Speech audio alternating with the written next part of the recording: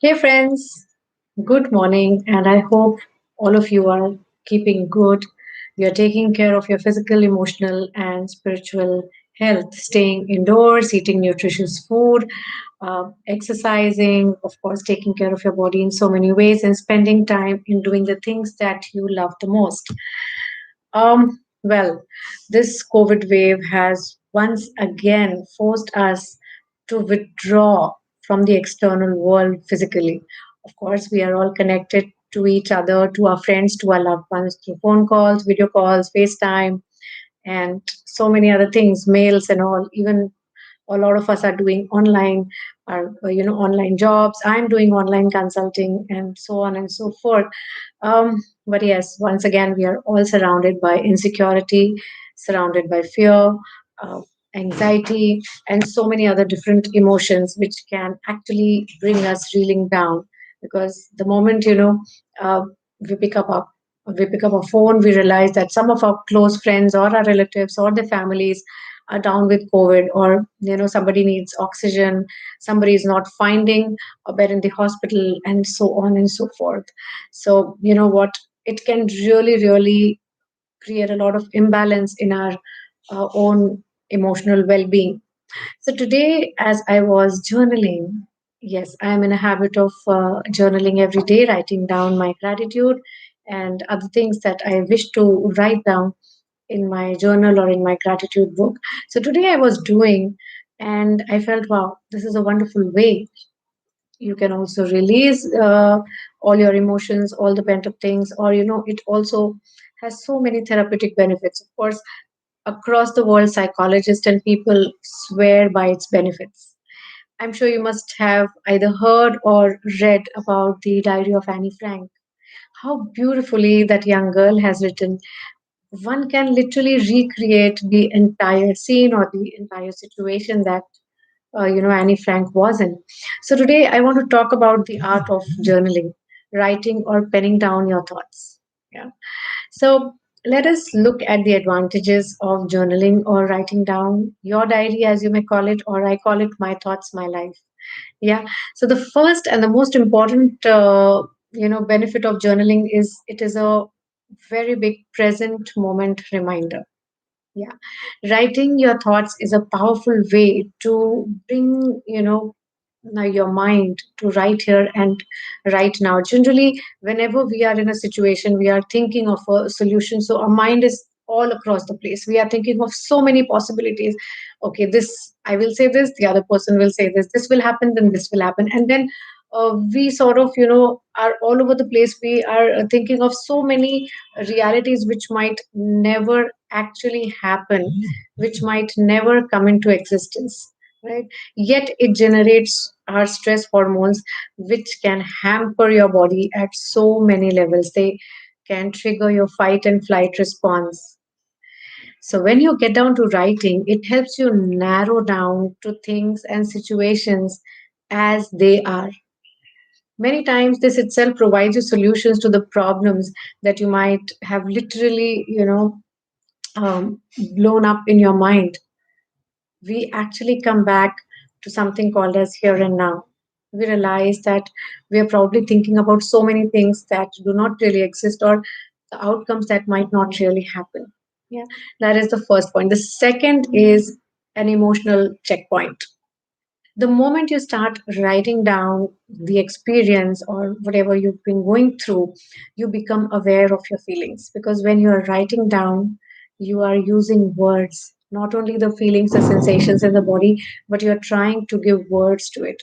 And so you are very much aware about your feelings, your emotions, as they are exactly how you feel without any overtones.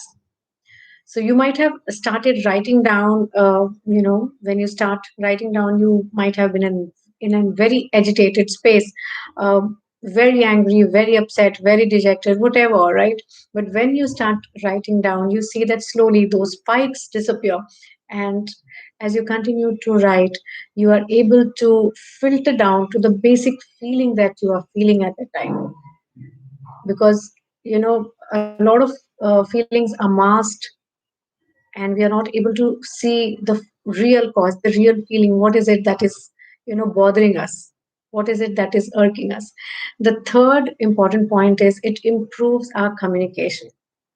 When we journal, when we write, we become aware of the words that we use, the way we speak, the tone in which we speak.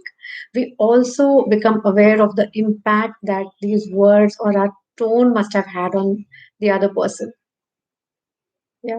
There are times we get agitated or we feel very upset by the response that we receive from the other person in a conversation, in an argument, or, just in a discussion.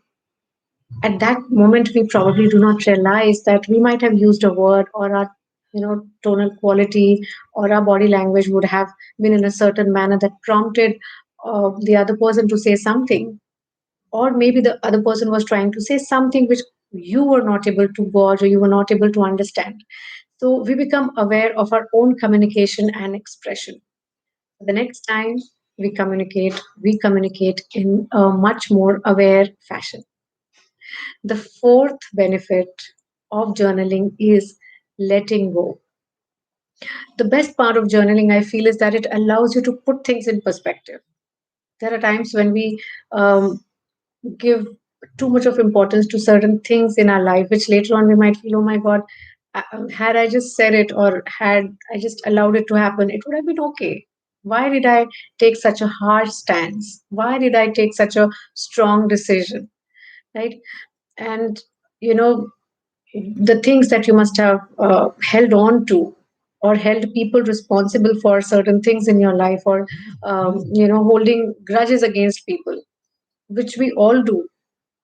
So once you start writing, you realize the bigger picture, you see the bigger picture and the trivialities of the things, and you are able to let go of or forgive yourself, forgive others for a lot of things. You are able to resolve a lot of things within your own self.